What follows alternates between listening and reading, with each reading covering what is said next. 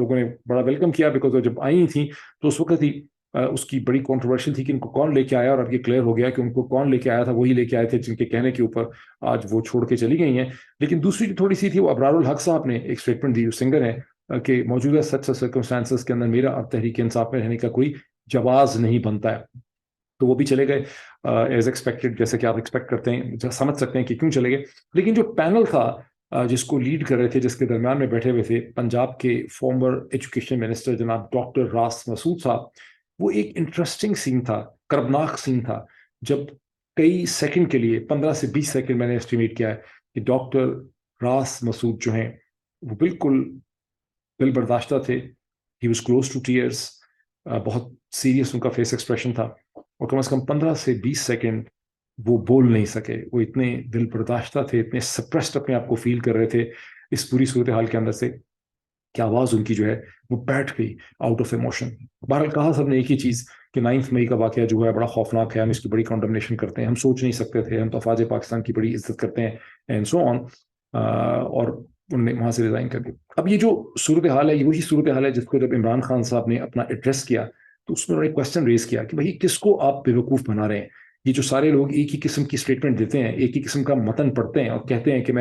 مجھے بڑا افسوس ہے 9 مئی کا، تو 9 مئی کے واقعات جو ہیں اس میں کون کہہ رہا ہے کہ افواج پاکستان پہ حملہ ہونا چاہیے ان کی انسٹالیشنز کے اوپر، ان کے بیسز کے اوپر. اس کو تو سبھی اس کی مذمت کرتے ہیں، سبھی اس کے خلاف ہیں، یہ نہیں ہونا چاہیے تھا. لیکن جو ایکچوئل چیز ہے انویسٹیگیٹ کرنے والی وہ یہ کہ یہ کیوں ہوا ہے اور وہ کون سے عناصر تھے جنہوں نے اس قسم کے وائلنٹ اٹیک کیے ہیں. اس میں 2-3 انہوں نے پوائنٹس بہت انٹرسٹنگ ریز کیے. کو کمانڈر لاہور کے حملے کا تو انہوں نے بات کی ہی، اور وہ ہم درجنوں دفعہ کر چکے ہیں، پورا پاکستان وہ ایشوز ریز کر رہا ہے، میں اس کو کئی دفعہ دہرا چکا ہوں، دوبارہ دہرانے کی اس کی ضرورت نہیں ہے. لیکن انہوں نے کہا کہ کوئی یہ بتا دے کہ ریڈیو پاکستان پہ پشاور میں جو اس کو جلا دیا گیا وہ کیسے جل گیا، کیونکہ وہاں تو کوئی کراؤڈ، کوئی مجمع، کوئی ہجوم تھا ہی نہیں. جو پروٹیسٹر سے وہ تو اس سے پتہ نہیں کتنے کلومیٹر دور تھے، تو ریڈیو پاکستان پشاور کو کیسے، کس نے جلا دیا. اب اس سے آپ کو کیا پتہ چلتا ہے؟ بیسیکلی ہوگا نا کہ اسکرپٹ ہوگا. میں انالیسس کر رہا ہوں کہ کئی دفعہ ایسا ہوتا ہے کہ ایک اسکرپٹ ایک بنا ہوا ہوتا ہے، ایک پورا پلان اور پلاٹ بنا ہوتا ہے، اور اس پلاٹ کے اندر ظاہر ہے درجنوں لوگوں نے یا سینکڑوں لوگوں نے کام کرنا ہوتا ہے،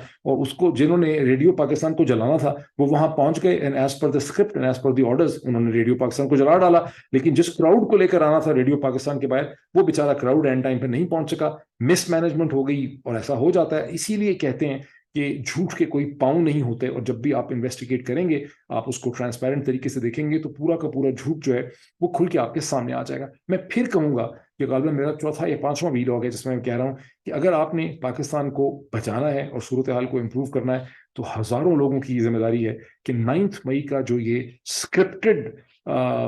حادثات کریٹ کیے گئے ہیں، جس کا ایک ہی بنیادی مقصد ہے کہ پاکستان کے پولیٹیکل نیریٹو کو ٹرن اراؤنڈ کرنا ہے، اور ٹرن اراؤنڈ کر دیا گیا ہے کہ گزشتہ 13 ماہ سے تحریک انصاف نے اور عمران خان نے اپنی جدوجہد سے اپنے آپ کو سسٹم کا وکٹم ثابت کیا تھا. انہوں نے ثابت کیا تھا کہ سچ اور جھوٹ، حق اور باطل کی لڑائی میں ہم حق پہ ہیں اور دوسری سائڈ باطل میں ہے. ہم عدالتوں کو نہیں مانا جا رہا، سپریم کورٹ کو نہیں مانا جا رہا، کانسٹیٹیوشن کو نہیں مانا جا رہا. انہوں نے ثابت کیا تھا کہ ہم صحیح چیز کے اوپر کھڑے ہیں اور ہمیں انصاف چاہیے. تو یہاں پر اس نیریٹو کو ٹرن اراؤنڈ کرنے کے لیے یہ وائلنٹ ایونٹس جو ہیں انہیں کنسیو کیا گیا ہے، اس کا اسکرپٹ بنایا گیا. اور اگر ان کو ایکسپوز کر سکیں لوگ کرنے کی کوشش کر رہے ہیں. بہت سے لوگوں نے عدالتوں میں پٹیشنز کی ہیں کہ ہمیں آپ آرمی ایکٹ میں نہیں چلا سکتے اور انویسٹیگیشن ہونی چاہیے کہ یہ سارے واقعات جو ہیں کس قسم کے ہوئے ہیں. بٹ دس از بہت کم ایفرٹ ہے، بہت زیادہ کھل کے ہزاروں لوگوں کو اسے ایگزامن کرنے کی ضرورت ہے. تو بہرحال عمران خان صاحب نے یہ بھی کہا کہ ہمارے پاس ایسی فوٹیج بھی ہے جس میں پولیس بھی گاڑیاں جلا رہی ہے، اور ان تمام چیزوں کی ایک انویسٹیگیشن جو ہے ہونی چاہیے. اب آج کے دن کے اندر ایک انٹرسٹنگ ڈیولپمنٹ وہ بھی ہوئی جہاں اسی حوالے سے بڑی امپورٹنٹ ہے کہ رانا ثناء اللہ صاحب ایک پریس کانفرنس کر رہے تھے، بڑی لمبی چوڑی، بڑے سیریس فیس ایکسپریشن کے ساتھ. رانا صاحب بیمار بھی ہیں بہت زیادہ بائی دا وے. تو رانا ثناء اللہ نے اس پریس کانفرنس میں یہ بھی بتایا کہ کس طرح 32 یا 40 اب تک جو لوگ ہیں، پہلے 16 کی خبر آئی تھی کہ ان کو ATCs نے، گورنمنٹ نے آرمی کی عدالتوں کے حوالے کر دیا، آرمی حکام کے، تاکہ ان کے اوپر ملٹری آرمی ایکٹ کے تحت ملٹری کورٹس کے اندر ان کے اوپر ٹرائل چل سکے. تو وہاں پہ کوئی خر دماغ قسم کا رپورٹر تھا، ضرورت سے زیادہ بہادر دلیر، پتہ نہیں اس کے بعد اس بیچارے کا کیا ہوگا. اس نے وہاں رانا صاحب سے ایک سوال پوچھ لیا. اس سے رانا صاحب سے کہا کہ رانا صاحب یہ کوئی آپ ہمیں کلیریفائی کر دیں کہ ایک تو کور کمانڈر جو ہیں لاہور کے، ان کا اس وقت سٹیٹس ہے کیا، اور سیکنڈلی جب ان کے گھر کے اوپر حملہ ہوا تو لاہور کی جو فورس کنفیگریشن ہے اس میں کور کمانڈر کے پاس 2 GOC گیرزن آفیسر کمانڈر ہیں، میجر جنرلز، اور 4 ڈویژن یہاں پہ فوج ہے، 5 یہاں پہ بریگیڈ ہیں انڈیپینڈنٹ، اور پھر DG رینجرز لاہور بھی جو ہیں وہ بھی یہاں پہ موجود ہوتے ہیں، ان کی بھی فورس ہوتی ہے۔ تو یہ کیا ہوا کہ اتنی بڑی فورس کی پریزنس میں، اس کی پروجیکشن میں، اس کی اویلیبلٹی میں کور کمانڈر کے گھر کے اندر مظاہرین جو ہیں پہنچ بھی گئے اور اندر بھی گھس گئے۔ تو رانا صاحب نے پہلے ہی بہت سیریس لگ رہے تھے، بالکل ہی Rana sahab head face expression of the most dullest face expression, اور رانا صاحب نے ایسے کر کے اس کو دیکھ کے کہا کہ پہلے تو رانا صاحب نے کہا کہ یہ تو میرے جو ہے نا میرے مینڈیٹ سے یہ کوشچن باہر ہے، کہ تو میرا کوشچن ہی نہیں بنتا، یہ میرے سے میں تو اس کا جواب دے ہی نہیں سکتا۔ حالانکہ رانا صاحب جو ہیں وزیر داخلہ ہیں، اور رپورٹر نے کہا تھا کہ رانا صاحب آپ وزیر داخلہ ہیں، آپ ہمیں بتائیں۔ لیکن دوسری چیز جو رانا صاحب نے کہی وہ اس سے بھی زیادہ انٹرسٹنگ تھی۔ رانا صاحب نے کہا کہ یہ کوشچن اتنے آپ رپورٹر ہیں، میچور آدمی ہیں، تو ایسی جگہ پہ آپ کو یہ سوال اس لیے نہیں پوچھنا چاہیے تھا کہ یہ تو آپ جس طرح کی باتیں کر رہے ہیں اعداد و شمار کی، یہ بڑی نازک اور سینسٹیو قسم کی انفارمیشن ہے۔ مجھے یہ سن کے وہ واقعہ یاد آ گیا 1980 کی دہائی کا، جب ریڈرز ڈائجسٹ کے اندر ایک سٹوری چھپی تھی کہ کیسے کہیں پڑھی تھی میں نے کہ کچھ فورن ٹورسٹ جو ہیں وہ کاراکورم ہائی وے پہ تھے، غالباً most of them British and European, اور پاکستان کی جو پولیس یا اتھارٹیز ہیں انہوں نے ان کو پکڑ لیا، ان کے ہاتھ میں نقشے تھے کاراکورم کے، اور ان کو لے گئے ایک دفتر کے اندر، ان کو کہا کہ بھائی یہ نقشے تو انلیگل ہیں، یہ نقشہ تو بن نہیں سکتا، یہ تو بڑی کانفیڈینشیل اور سیکرٹ قسم کی سڑک ہے، یہ نقشے کہاں سے آپ نے بنائے؟ وہ لوگ انہوں نے شکل دیکھی پاکستانی پولیس کی یا جو کوئی بھی وہاں پہ تھے، اور ان کو کہا کہ جناب یہ تو ہم نے لندن کے اندر مین جو بڑی مارکیٹ ہے پکیڈلی، وہاں سے ہم نے خریدے ہیں۔ تو اتنا ایک ڈسکنیکٹ جو وہاں تھا وہ آج بھی اسی قسم کا ڈسکنیکٹ پاکستان کے انٹیریئر منسٹر رانا ثناء اللہ صاحب جو ہیں وہ شو کر رہے تھے۔ اب ایک تیسرے پوائنٹ پہ آ جاتا ہوں۔ ایک کوشچن جو ہے، ایک بھکتی جو ہے وہ PMLN کی طرف سے بڑی کسی جا رہی ہے کہ ہم بھی گرفتار ہوئے تھے، ہم نے پروٹیسٹ نہیں کیا، ہمارا تو کوئی بندہ چھوڑ کے نہیں گیا، ہمارا تو کوئی بندہ نہیں ٹوٹا۔ اور اس میں کوئی شک نہیں ہے کہ PMLN کے خاصے چیدہ leader, forget about Shehbaz Sharif and Maryam Nawaz and Nawaz Sharif, وہ تو ظاہر ہے بہت VVIP raise to power infinity قسم کے لوگ تھے، ان کا تو ہم ذکر نہیں کرتے، لیکن اور لیڈر گرفتار ہوئے جس میں شاہد خاقان عباسی صاحب تھے، former prime minister of Pakistan, doctor Miftah Ismail former finance minister of Pakistan, پھر ابھی بھی اس کے بعد بھی دوبارہ فائنانس منسٹر بنے، پھر رانا ثناء اللہ صاحب گرفتار ہوئے، SN اقبال صاحب گرفتار ہوئے، میرا خیال خواجہ آصف بھی گرفتار ہوئے، جاوید لطیف گرفتار ہوئے۔ تو ان میں سے کوئی ٹوٹا نہیں، اور میڈیا اس کو ڈسکس بھی کرتا ہے کہ بھئی شاید ان کی کمٹمنٹ بہت زیادہ تھی، وہ اسٹرانگ تھے، اور تحریک انصاف کے لوگ جو ہیں یہ نازک نکلے، کمزور نکلے۔ اس میں کوئی شک نہیں ہے کہ اگر آپ یہ کمپیئر کریں فواد چودھری صاحب کو اور ملیکہ بخاری کو، یا آپ اسے کہتے ہیں جو مسرت چیمہ ہے، جو جمشید چیمہ، مسرت جمشید چیمہ، ان لوگوں کو آپ کمپیئر کریں along with doctor Yasmin Rashid کے ساتھ، یا ان کو کمپیئر کریں عمر سرفراز چیمہ، جنہوں نے کہا کہ یا تو میں خود ریولیوشن ہوں، میں خود ایڈیولوجیکل ہوں، میں خود پارٹی ہوں، میں چھوڑ کے کہاں جا سکتا ہوں، میں تو خود جماعت ہوں، یا آپ ان کو کمپیئر کریں محمود رشید صاحب کے ساتھ یا اعجاز چودھری صاحب کے ساتھ کمپیئر کریں، تو آپ کو یہی لگتا ہے کہ یہ جلدی کولیپس ہو گئے، اور اس میں لوگ ایکسپلینیشن دیتے ہیں۔ PTI کے اندر بھی لوگ کہتے ہیں کہ بھئی ان کو عادت نہیں تھی جب ان کو جیل کے ان کمروں میں ڈالا جہاں پہ اسے کہتے ہیں ٹوائلٹ، ایک سوراخ کی طرح ایک کمرے میں ٹوائلٹ ہوتا ہے، 8 یا 10 فٹ کا کمرہ ہوتا ہے، اور جب ان کو 2-3 دن وہاں گزارنے پڑے، اور وہاں پہ سب لوگوں کی شٹ جو ہے اس کی اسمیل آ رہی ہوتی ہے، مچھر بیٹھے ہوتے ہیں شٹ کے ہول کے اوپر، ٹوائلٹ ہول کے اوپر، تو یہ لوگ جو ہیں وہ کلیپس ہو گئے۔ دس از واٹ دی، اس پہ بڑی ایک ہے، اور یہ مطلب ایک ڈسکشن چل رہی۔ میں اس پہ تھوڑی سی کلیریفیکیشن کرنا چاہتا ہوں، بیکاز پولیس کے سورسز سے میری بڑی بات چیت ہوتی رہی جب PMLN کے لیڈر جن کا میں نے ذکر کیا یہ گرفتار ہوئے۔ مجھے پولیس کے سورسز سے یہ پتا چلا کہ PMLN کے لیڈرز جو ہیں جب گرفتار ہوئے تو بائی اینڈ لارج رانا ثناء اللہ صاحب کو چھوڑ کے کسی کو خاص برا ٹریٹمنٹ کا سامنا نہیں کرنا پڑا۔ رانا صاحب کو چونکہ پکڑا تھا ANF نے، ان کو خاصی سختی جھیلنی پڑی، لیکن باقی لوگوں کا تو بڑا خاصا ریلیکس قسم کا ماحول تھا، کسی کو کوئی بہت زیادہ مشکل کا سامنا نہیں کرنا پڑا۔ دوسری جو ایک وجہ ہے جو مجھے سننے بھی آتی ہے اور میرا انالیسس بھی ہے کہ جنرل باجوہ اور جنرل فیض حمید جو تھے وہ بیسکلی عمران خان کو بیوقوف بنا رہے تھے، وہ ایک اس وقت ڈرامہ کر کے دکھا رہے تھے۔ وہ ایک کاروائی انہوں نے ڈالی بھی تھی کہ کیونکہ سپریم کورٹ کے سامنے GIT آئی تھی، GIT کے جو سپریم کورٹ نے احکامات دیے تھے نیب کو GITs کے حوالے سے، اس میں خاصے ڈانڈے نکلتے تھے، ڈفرینٹ ڈائریکشن میں کیسز بنتے تھے، اور ان ایکوزیشنز کے نتیجے میں، ایلیگیشنز کے نتیجے میں، یہ جو انویسٹیگیٹو پوائنٹ تھے اس کے نتیجے میں بہت سی گرفتاریاں ہوئیں، لیکن وہ گرفتاریاں دکھانے کی تھیں، وہ کاروائی کے طور پہ کی گئیں تاکہ عمران خان کو یہ یقین دلایا جا سکے فرام دی انٹیلیجنس کمیونٹی کی، ہم بڑا زور لگا رہے ہیں لیکن عدالتیں کوآپریٹ نہیں کر رہی. اور عدالتوں کے حوالے سے آپ کو نیریٹو پتہ ہی ہے کہ اکثر کمپلین تھی عمران خان کی حکومت کی کہ عدالتیں جو ہیں وہ لوگوں کو سزا نہیں دیتی، اور ٹیلی ویژن پہ ڈسکشن ہوتی تھی اور عدالتوں کی طرف سے کہا جاتا تھا کہ ثابت کچھ نہیں ہوتا. اور تاثر پیپلز پی ٹی آئی میں یہ تھا کہ عدالتوں کے اندر پی ایم ایل این کا اثر رسوخ بہت زیادہ. اصل وجہ اس کی یہ تھی کہ جنرل باجوہ جو ہیں وہ فرملی الائنڈ تھے نواز شریف صاحب کے ساتھ، جیسے کہ میں نے کئی وی لاگس کے اندر ایکسپلین کیا کہ وہ 2017 میں نواز شریف صاحب کا لاس آف پاور جو ہے اس کو وہ نہیں بچا سکے، بیکاز اس وقت کی جو فوج، corps commanders, intelligence community, media میں اس وقت ایک ایسا ماحول بن چکا تھا جس میں اپنی ان کی جو کمٹمنٹ تھی کہ میں نواز شریف صاحب کو بیل آؤٹ کروں گا پورے پاناما کے کرائسس سے، اس پہ وہ ڈیلیور نہ کر سکے. لیکن جیسے ہی ان کو زیادہ طاقت کا موقع ملا آفٹر دی گورنمنٹ فارمیشن ان 2018، تو بائی دی بگننگ آف 2019 وہ پوری طرح سے نواز شریف صاحب کے ساتھ الائنڈ تھے اور ان کو ریہیبلیٹیٹ کرنے کی کوشش کر رہے تھے، اور دوسری طرف سے عمران خان کی حکومت کو کمزور کرنے کے اوپر وہ لگے ہوئے تھے. اب چونکہ ایک نیریٹو جنرلی یہ شیپ ہوتا ہے کہ آرمی چیف جو ہیں، اس وقت نیریٹو یہ شیپ کیا گیا کہ آرمی چیف کی آہستہ آہستہ دوریاں اس لیے ہو گئی ہیں عمران خان کی حکومت سے کہ عمران خان نے اکانومی ٹھیک مینج نہیں کی، عثمان بزار کو لگایا ہوا ہے، عمران خان کو پتہ نہیں ہے کہ سی پیک کا کیا کرنا ہے، امریکہ کا کیا کرنا ہے، روس کا کیا کرنا ہے، چین کا کیا کرنا ہے، تو اس لیے دوریاں ہو گئی. یہ سب ایک نیریٹو تھا. اور جو کہ جیسے میں نے کئی دفعہ ریفر کیا، ایک ہی صف میں کھڑے ہو گئے محمود و ایاز، میں اس لیے کہتا ہوں کہ کرٹیکل انالیسس جو ہے وہ چونکہ نہیں تھا اور میڈیا میں نہیں تھا، کرٹیکل انالیسس کی اس میں ایک ٹریڈیشن ہی نہیں ہے، تو کوئی اس کو کرٹیکلی ایگزامن نہیں کر سکا کہ جو ساری چیزیں سنائی جاتی ہیں بار بار بار بار سینکڑوں ہزاروں دفعہ، یہ شاید صحیح نہیں ہے اور اصل حقیقت کچھ اور ہے. اصل حقیقت میرے انالیسس سے یہ ہے، اور you must actually examine it your self, جو بات کے حالات و واقعات بالکل ثابت کرتے ہیں کہ جنرل باجوہ کی ایک بڑی فرم الائنمنٹ تھی نواز شریف صاحب کے ساتھ، جو آپ نے سبسیکوئنٹلی دیکھی اور ابھی تک آپ اس کے ریزلٹس جو ہیں وہ دیکھ رہے ہیں. دوسرا جو پوائنٹ ہے، ایک تو یہ کہ ظاہر ہے کہ پی ایم ایل این کو یہ چیزیں فیس نہیں کرنی پڑی جو ان کو فیس کرنی پڑی. دوسری بات یہ ہے کہ آپ دیکھتے ہیں کہ پی ٹی آئی کی جماعت جو ہے وہ گزشتہ 13 مہینے سے لوگ کھڑے رہے اور 13 مہینے میں کوئی ہٹا نہیں، کوئی ٹوٹا نہیں. کوششیں ظاہر ہے بہت سی کی گئی ہیں، کسی نے عمران خان کو نہیں چھوڑا. تو ابھی جو یہ درجنوں میں چھوڑ رہے ہیں، that is to do with the power of the narrative. جو 9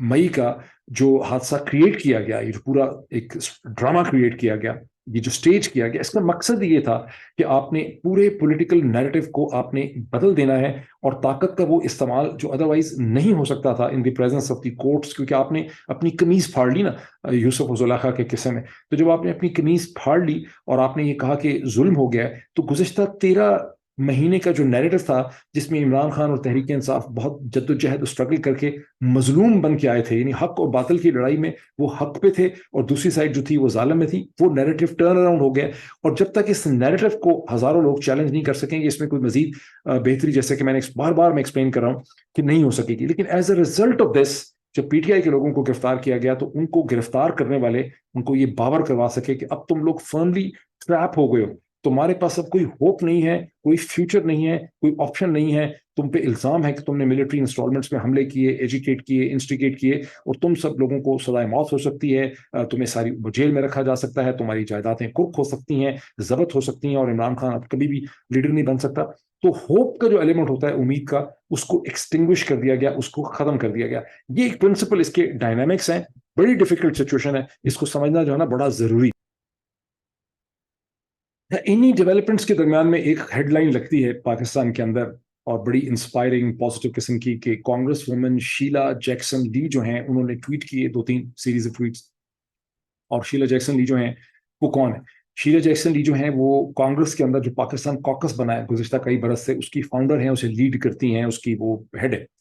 اور انہوں نے کہا کہ پاکستان کے اندر جو صورتحال ڈیولپ کر گئی ہے اس سے ہم بہت کنسرن ہیں، اور میں اسے ریز کر رہی ہوں. اور جو ہیومن رائٹ کی کنڈیشن ہے، جو میڈیا کی فریڈمز کی کنڈیشن ہے، جو پولیٹیکل رائٹس کی کنڈیشن ہے، and I am going to write to President Biden کہ اس کے اوپر جو ہے آواز اٹھائی جائے. تو دیکھنے میں تو بہت پازیٹیو لگتا ہے. لیکن دوسری طرف صورتحال یہ ہے کہ جو 66 کانگریس مین نے خط لکھا تھا ٹونی بلنکن کو سیکرٹری اسٹیٹ کو، اس خط کے ریسیو ہونے کے بعد اسٹیٹ ڈپارٹمنٹ سے جب کوشچن پوچھے گئے پاکستان کے حوالے سے، تو اسٹیٹ ڈپارٹمنٹ جو ہے ان کا رد عمل یہ تھا کہ جو کچھ پاکستان میں ہو رہا ہے ہم سمجھتے ہیں کہ یہ ان کا ایک انٹرنل میٹر ہے، اور اسی قسم کا رسپانس جو ہے وہ آپ کو برطانیہ میں بھی دیکھنے کو ملا. So what does it really mean? تو میں نے ایک امریکن جو لیفٹ کے ہیں، بہت اسکالر ہیں، میڈیا سے بہت تعلق رہا ہے، should remain unnamed, he is a Vietnam war activist ہیں، اس کے خلاف پیس کے، تو can imagine he is an old guy. تو میں نے ان سے پوچھا کہ یہ کیا کانٹرڈکشن ہے جو ہے خاص کر کے جو میں نے ان کو بتایا کہ ایک دن پہلے جو زیادہ بڑی انپورٹنٹ ڈیولپمنٹ ہے، اس کو تو لوگوں نے شیلا جیکسن کو تو سنا، لیکن جو زیادہ انٹرسٹنگ ڈیولپمنٹ ہے وہ ہے جو ایک دن پہلے اسٹیٹ ڈپارٹمنٹ نے کمبوڈیا کے اوپر بڑی پوزیشن لی، اور انہوں نے کہا کہ کمبوڈیا کے اندر جو مین پارٹی ہے کینڈل لائٹ پارٹی، اس کو جس طرح سے ٹریٹ کیا جا رہا ہے الیکشن سے پہلے، جس طرح سے انسانی حقوق کو پامال کیا جا رہا ہے، جس طرح سے میڈیا رائٹس کو سپریس کیا جا رہا ہے، جس طرح سے پولیٹیکل فریڈمز نہیں ہیں، جس طرح سے جعلی کیسز یہاں پہ بنائے جا رہے ہیں، جس طرح سے عدالتوں کا قانون کا استعمال ہو رہا ہے، یہ سب چیزیں بڑی ان ایکسیپٹیبل ہیں، اور United States is going to back out, ہم اس الیکشن کو نہیں مانتے ہیں، ہم اس کو بائک آؤٹ کریں گے، ہم اس کے لیے آبزرور نہیں بھیجیں گے۔ اور اس سے کچھ عرصہ پہلے بنگلہ دیش کو بھی اسی قسم کی تنبیہ جو ہے وہ کی گئی ہے۔ تو میں نے اس امریکن اسکالر سے جو میڈیا میں بھی رہ چکے ہیں، بہت انڈرسٹینڈنگ ہے واشنگٹن کی through out his life for the past 50 years he is active in Washington politics, میں نے ان کو کہا کہ کس قسم کی کانٹرڈکشن ہے؟ تو انہوں نے مجھے کہا کہ بھائی آپ غلط فہمی میں نہ رہیں، جو فارن پالیسی ہے وہ بڑی ہارڈ نوز اپنے میٹیریل اور اسٹریٹجک انٹرسٹ کو پرسیو کرتی ہے، اور ان اسٹریٹجک انٹرسٹ کے اندر سب سے امپورٹنٹ جو اکائی ہے پاکستان کے اندر وہ پاکستان کی فوج ہے، بیکاز واشنگٹن کی جو ڈیسیجن میکرز ہیں ان کو یہ بابر کروا دیا گیا ہے کہ پاکستان کے اندر اگر کوئی فورس ہے جس کے ساتھ آپ ڈیل کر سکتے ہیں، کوئی فورس ہے جو ڈلیور کر سکتی ہے، تو وہ صرف پاکستان آرمی ہے۔ تو یہ ایک ایلیمنٹ ہے۔ پھر انہوں نے کہا کہ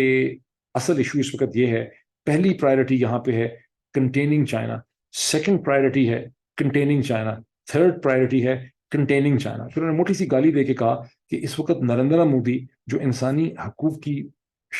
یعنی اس کو پامال کر رہا ہے ہندوستان میں، جو مسلمانوں کے ساتھ کر رہا ہے، انہوں نے کہا کرسچنس کے ساتھ بھی کر رہا ہے، سکھوں کے ساتھ بھی کر رہا ہے، اس کو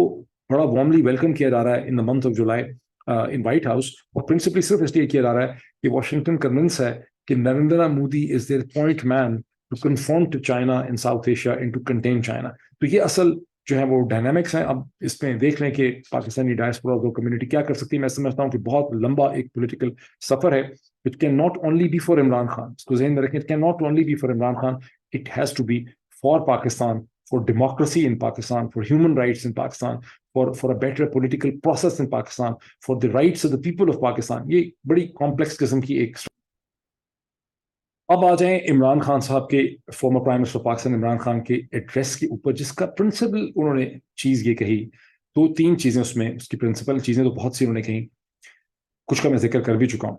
انہوں نے کہا کہ یہاں پر کلیئرلی ایک آرگنائزڈ ایفرٹ کی جا رہی ہے کہ الیکشن کروانے سے پہلے، الیکشن صرف اس وقت ہوں گے، ان کا پلان ہے کہ پہلے تحریک انصاف کو انہوں نے کرش کرنا ہے، ختم کرنا ہے۔ انہوں نے کہا کہ یہ کیا پریس کانفرنسز ہو رہی ہیں کہ ہر آدمی ایک ہی قسم کا متن، ایک ہی قسم کا ٹیکسٹ پڑھ رہا ہے، کون جو ہے کنڈیم نہیں کرتا on the attack, but we have to go to the bottom and reasons. اور یہ ایک ٹوٹل اسکرپٹڈ چیز لگ رہی ہے، لوگوں کو کیا نظر نہیں آ رہا کہ یہ ایک ڈرامہ ہے؟ اور پھر انہوں نے کہا کہ ہمیں فوری طور پہ ٹاکس چاہیے، ہمیں فوری طور پہ نیگوشیشنز چاہیے۔ اشارہ ان کا کلیئرلی انسٹیٹیوشنز کی طرف ہے، اسٹیبلشمنٹ کی طرف ہے، کہتے ہیں میں اس کے لیے کمیٹی بنا سکتا ہوں، ہم اس کے لیے تیار ہیں۔ اب ظاہر ہے کہ پی ڈی ایم چاہے گی کہ نیگوشیشنز اور بات چیت نہ ہو، اس انڈر دی سرکمسٹانسز کیا ایسی کوئی ٹاکس جو ہیں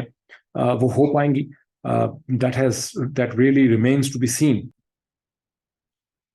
اس سٹیج کے اوپر جو پی ڈی ایم کے سپورٹرز ہیں انہوں نے دوبارہ یہ کہنا شروع کر دیا، وہ بڑے عرصے سے یہ کہہ رہے ہیں کہ دیکھیں عمران خان جو ہے وہ پولیٹیکل ہے ہی نہیں، وہ صرف اور صرف اس کا ریلیشن شپ اسٹیبلشمنٹ کے ساتھ ہے، اور اب وہ ایک بار پھر اسٹیبلشمنٹ سے ڈیل مانگ رہا ہے۔ حقیقت یہ ہے کہ اسٹیبلشمنٹ پاکستان کا سب سے بڑا پولیٹیکل پلیئر ہے، یہ ایک حقیقت ہے، مسلمہ حقیقت ہے، اور میں نے پچھلے کئی ویلاگس میں کہا ہے کہ ایک ڈیل کی ضرورت ہے between the largest legitimate political party and the largest force in Pakistan, which is Pakistan, the establishment۔ تو عمران خان نے اس کی آفر کی ہے۔ کیا ایسی کوئی ٹاکس ہو سکیں گی؟ ہونی چاہیے، لیکن کیا ہو سکیں گی؟ مجھے ریئلسٹکلی کیا نظر آ رہا ہے؟ مجھے ریئلسٹکلی یہ لگ رہا ہے کہ جس قسم کا پاکستان میں ڈیڈ لاک ہے، اس ڈیڈ لاک کا کوئی مجھے اینڈ نظر نہیں آتا، اور مجھے ایسا لگتا ہے، جیسا میں کئی دفعہ پہلے کہہ چکا ہوں، کہ پی ایم ایل این اس وقت شاید کوشش ہو رہی ہے کہ ہم تحریک انصاف کو کنٹین کر کے سینکڑوں لوگوں کو تحریک انصاف سے نکال کے ایک اسیسمنٹ کی جائے گی، جیسے کہ دوبارہ مریم نواز صاحبہ نے اپنے جلسے کرنے شروع کر دیے ہیں، اور پچھلے 24 گھنٹے میں انہوں نے ایک بڑا جلسہ کیا ہے بہاڑی کے اندر، اور بڑا انہوں نے لتاڑا ہے کہ پی ٹی آئی نے حملے کر دیے یہ وغیرہ، لیکن ایک اسیسمنٹ کی جائے گی کہ کیا تحریک انصاف کو کمزور کر کے، لوگوں کو الگ کر کے ہم پنجاب کے اندر الیکشن جیت سکتے ہیں۔ اگر تو ان کو لگا کہ ہم کوئی ڈرامہ کر سکتے ہیں تو شاید الیکشن ہو جائیں، ورنہ الیکشن یہاں نہیں ہوں گے، اور ایسے حالات پیدا کیے جائیں گے کہ پاکستان مارشل لا کی طرف چلا جائے۔ پاکستان مارشل لا کس قسم کا ہوگا، کون اس کو لگائے گا، یہ بہت بڑا کوشچن ہے۔ اور اس مارشل لا کے نتیجے میں، بیکاز جب اس طرح کی انٹرونشن ہوتی ہے تو پولیٹیکل ڈائنامکس بہت بدل جاتے ہیں. تو وہ جو مارشل لا ہوگا اس کے بعد کس پولیٹیکل پارٹی کی کیا پوزیشن ہوگی, اس میں نون کو کیا ملے گا, پی ٹی آئی کا کیا ہوگا, پی پی پی کو کیا ملے گا, وہ کوئی اس کو ٹھیک طرح سے پریڈکٹ نہیں کر سکتا, بیکاز اس کے اپنے نئے ڈائنامکس جو ہیں وہ شروع ہو جائیں گے. جب میری اس امریکن انٹلیکچوئل سے, میڈیا کے پرسن سے بات ہو رہی تھی, تو مجھے ایک پاکستانی امریکن ڈاکٹر ہیں, بڑے پڑھے لکھے, بہت ہسٹری پہ ان کی گہری نظر ہے, انہوں نے بھی مجھے ایک لنک, ایک آرٹیکل بھیجا رابرٹ کیپلن کا, جو اٹلانٹک منتھلی کے اندر بہت لکھتے رہے ہیں, بہت انہوں نے کتابیں لکھی ہیں پولیٹیکل جیوگرافی کے حوالے سے. اور وہ آرٹیکل جس کو میں الگ سے ڈسکس کروں گا, اس آرٹیکل میں 8 سال پہلے کا آرٹیکل تھا, فوربس میگزین کا. اس آرٹیکل میں انہوں نے یہ کلیم کیا کہ ساؤتھ ایشیا کے اندر جو پولیٹیکل باؤنڈریز ہیں, انڈیا, پاکستان, بنگلہ دیش, جو ایک دفعہ ریسیٹ ہوئی ہیں 1971 میں, یہ ابھی اپنے آخری پوائنٹ تک نہیں پہنچی. اور انہوں نے اشارہ کر کے پاکستان کی طرف ایک آرگومنٹ ڈیولپ کیا تھا, ایکسپلین کیا تھا کہ پاکستان کی اسٹیٹ جو ہے وہ جغرافکلی طور پہ بہت زیادہ ولنریبل ہے. اب اگر پاکستان میں مارشل لگے گا, خدا نہ خواستہ میں صرف انالیسس کر رہا ہوں, تو پھر رابرٹ کیپلن نے جو پروڈکشن کی ہے, اور اس کو میں ڈسکس کروں گا ان اے سیپریٹ ویلاگ, اس کے صحیح ہونے کے چانسز جو ہیں وہ خدا نہ خواستہ بہت زیادہ بڑھ سکتے ہیں. Thank you for the now.